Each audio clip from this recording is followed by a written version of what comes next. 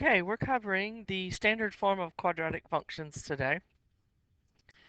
So we talked about it a little bit yesterday in 4.1, but let's remind you the standard form of a quadratic function is y equals ax squared plus bx plus c, where a cannot equal 0.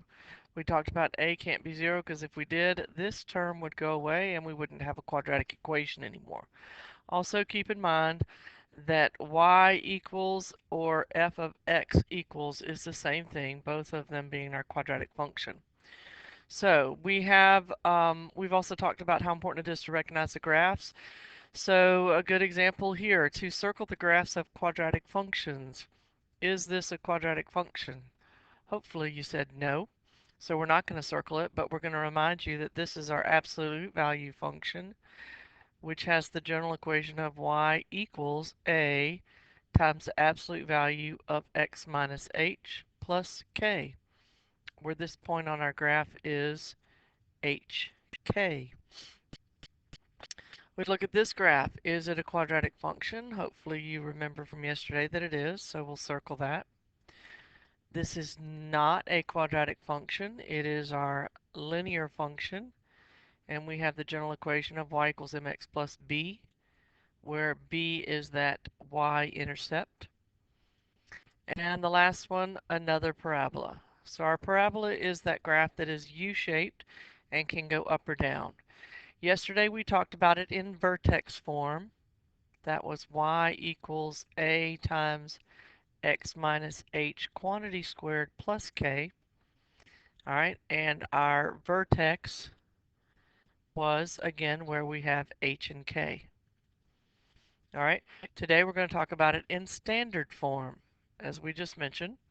And some things that we need to know about standard form are all going to be summarized right here in this little chart, and then we're going to go work some problems.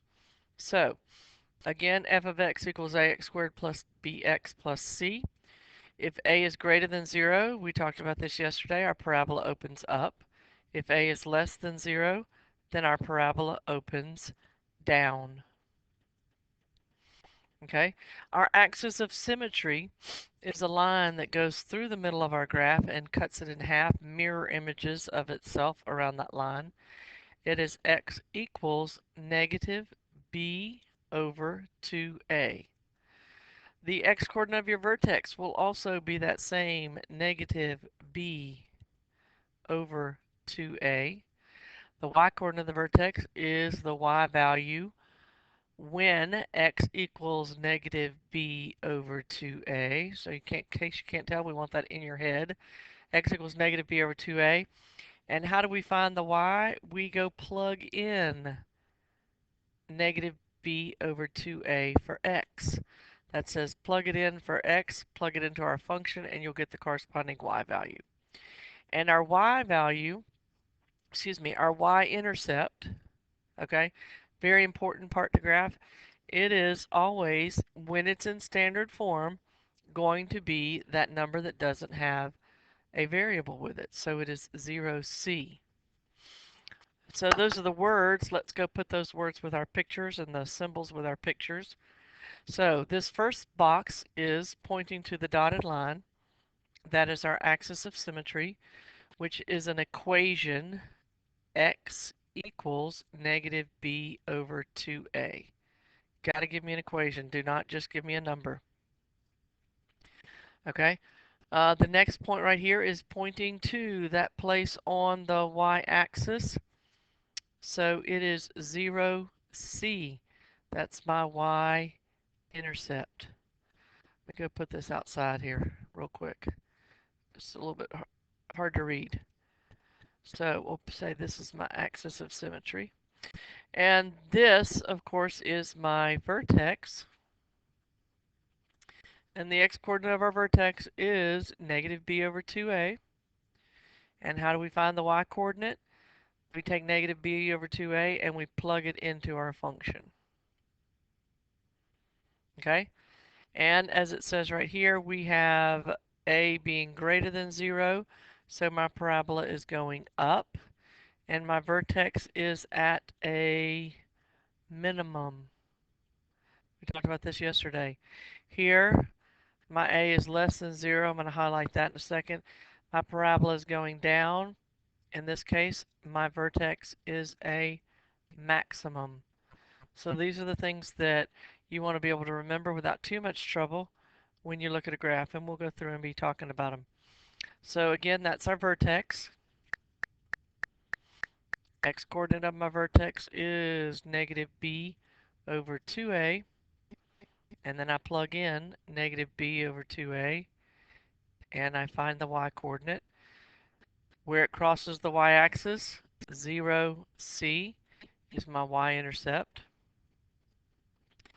And the dotted line down the middle must be dotted because it means it's not actually part of the equation. It's just something that assists us in our graphing. X equals negative b over 2a. And that's our axis of symmetry. So let's go see what kind of questions they're going to ask us. What are the vertex axis of symmetry, maximum or minimum value, and range of y equals negative 3x squared minus 4x plus 6? Really, the first thing you want to do is you want to look at the fact that there's a negative sign there, and that tells you that your parabola is opening down. So if it opens down, then again, as we've talked about, we know we're going to have a maximum. So we don't have to forget that. Let's go find our vertex.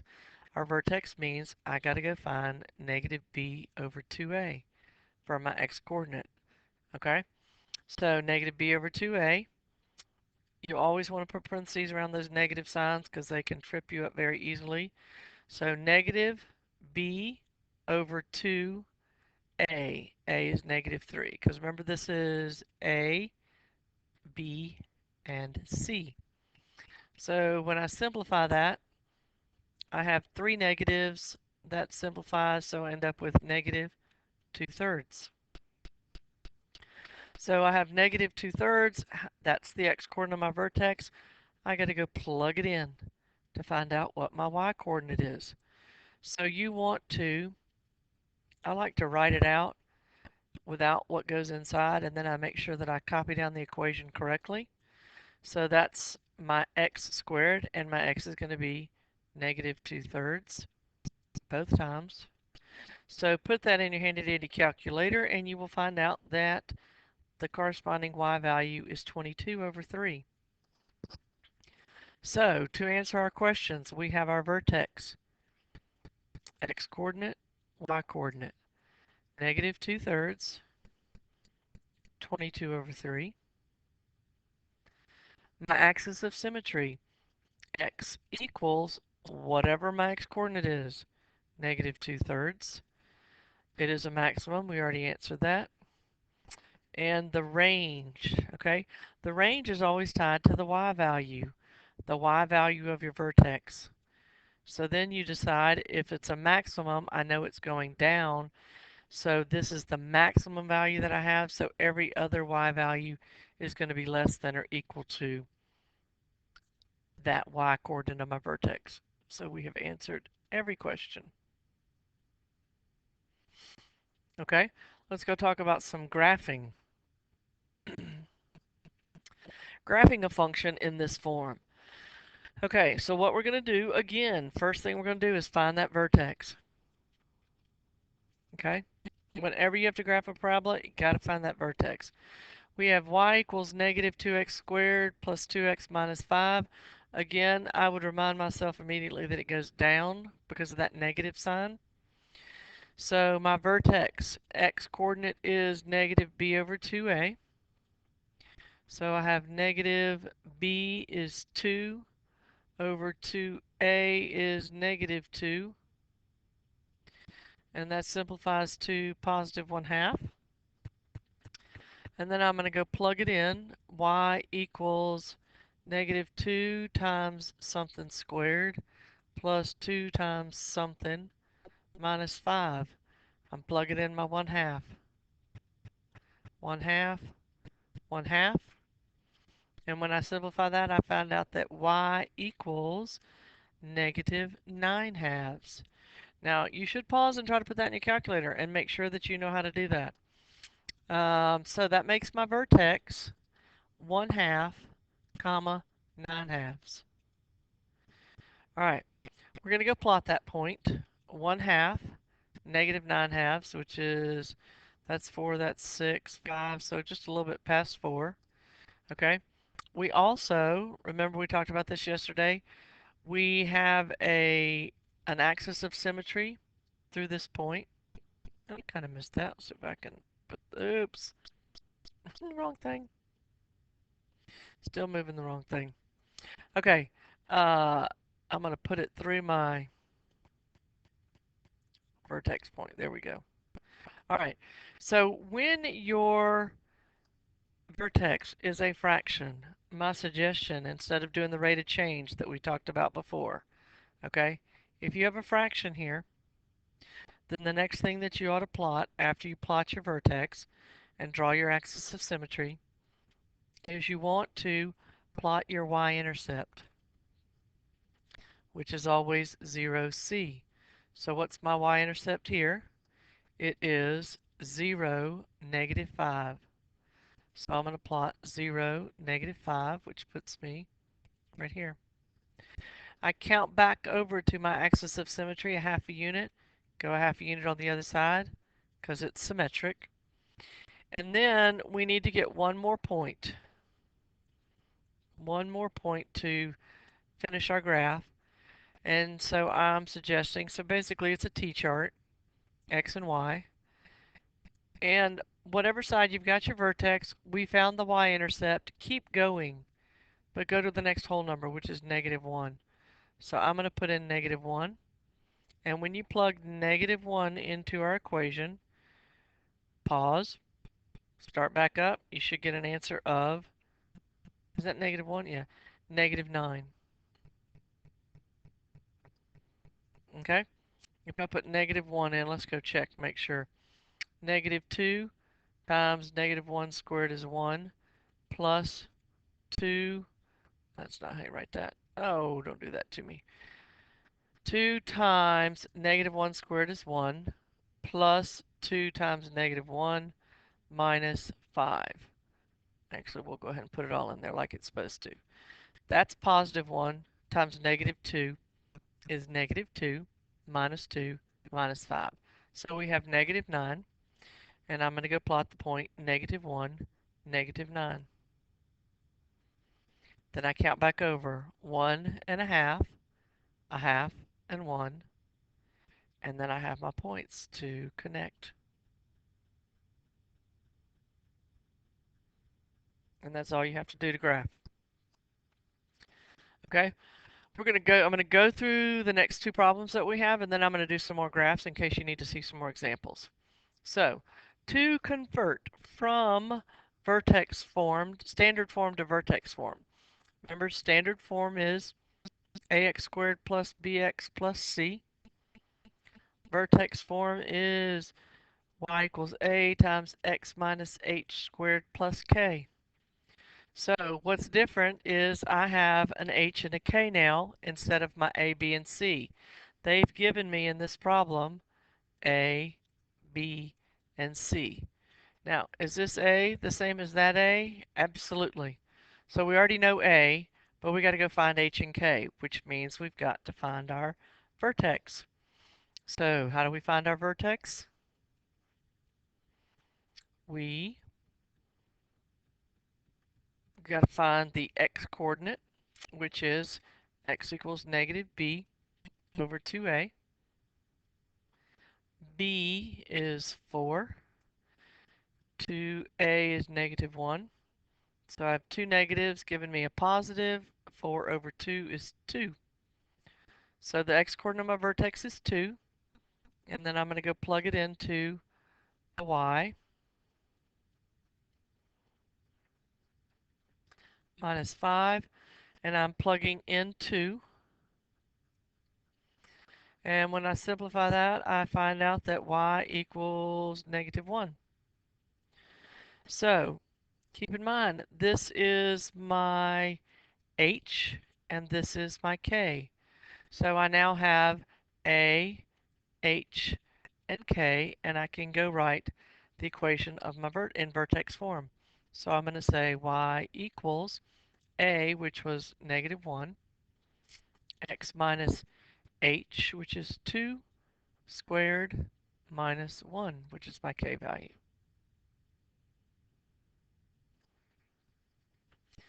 All right, interpreting a quadratic graph. So we have the Zhaozhou Bridge in China is the oldest known arch bridge, dating to 605 AD. You can model the support arch with a function such where x and y are measured in feet. How high is the arch above its support? So this is a quadratic function that has a negative leading term. So that means that I have a parabola going down. That's my bridge. And they want to know how high is the arch above its support. So that, of course, is my vertex. The key is how high is actually only the y value of my vertex. But as we've seen, we still have to find the x before we can find the y. So that means x equals negative b over 2a, which is negative. And b this time is 0.131148, and over 2 times negative 0.001075. Plug that in your calculator, and you should get some number 6.999, which we're going to round to 61. So again, take that and plug it in. F of 61, negative 0.001075 times 61 squared plus 0.131148 times 61. Messed up my parentheses there. And plug that in your calculator, and you should get an answer of 3.999. So what do I put in the answer blank? We're going to say that that's about 4 feet. And there we go. Now, if you're good, you can stop the video, go start your assignment. I'm going to do 2 more problems of graphing just to kind of tie those together and show you, hopefully show you how simple it can be when you use this method. The 2 that I'm going to do are 8 and 9. I was just trying to get an example of each one. If you want more, come see me. I'm happy to help you. Y equals negative x squared plus 3x plus 1. So again, the first thing we want to do is go find that vertex. Okay? So I'm going to do negative b over 2a. B's not looking too happy there. That gives me negative 3 over 2 times negative 1, which is 3 halves. Then I'm going to plug that in. So y equals negative something squared plus 3 times something plus 1. 3 halves and 3 halves. And we put that in our calculator and we get an answer of 13/4. So my vertex is 3 halves, comma, 13/4. Now we did talk about the fact you really ought to decide whether it goes up or down. I have a negative coefficient, so this graph is going to go down. Okay, just kind of helps you keep things in order. Okay, so 3 halves is 1.5. 13/4, 4 goes into 13 3 times with a little bit left over. So I'm right here. I am going to draw my axis of symmetry. And it's so fat that I don't like it. I gotta make it skinnier. I can't see the rest of my graph. Okay. And I'm going to, all right, so what do we do next? Now, we talked about the fact that we have a fraction. So since I have a fraction for my vertex, the second thing that I wanted to do was to plot the y-intercept, 0, c. So in this case, it's 0, 1. So we go plot 0, 1, and we count back over 1 a half, and 1. Point on the opposite side. And then I'm going to plug in and find another point, one other point, using just simple t-chart, x and y. Okay, I went from 1 to 0. I'm going to choose -1 because I'm just going in the same direction with my y-intercept. So -1, when I plug in -1 here, I'm going to get -3 because you can plug that in and check me. So -1 down to 3. That's 1, 2 a half, 1, 2. Again, so I'm just counting back and forth, and then I'm going to do my best to connect them, make sure that my um, vertex is not pointed. And there we have that graph. All right, that was one that went down. I wanted to do one that went up, so let's go to number 9. Again, first thing I'm going to do is find that vertex. Find that vertex, determine if it goes up or down. This one's going to go up. Vertex -b over 2a. -4 over 2 times a. And this becomes simplified -1. So my vertex is -1 something. I got to go plug in -1, so that becomes 2 times something squared plus 4 times something minus 4. Plug in your -1, and that simplifies to -6. So I have -1, -6. -1, -6. There's my vertex. I'm going to go draw my axis of symmetry. Go away. Okay. And now my vertex is not a fraction this time. So I prefer to go back and say, what is my A? And my A is equal to 2. So the rate of change that we talked about, our key points for a rate of change, 1, 2, and 3, are 1, 4, and 9. And so the A affects my Y values. So I'm going to go change all those Y values. X stays the same. Y is multiplied by 2. And remember, this represents our rate of change, so we're going over and up from the vertex.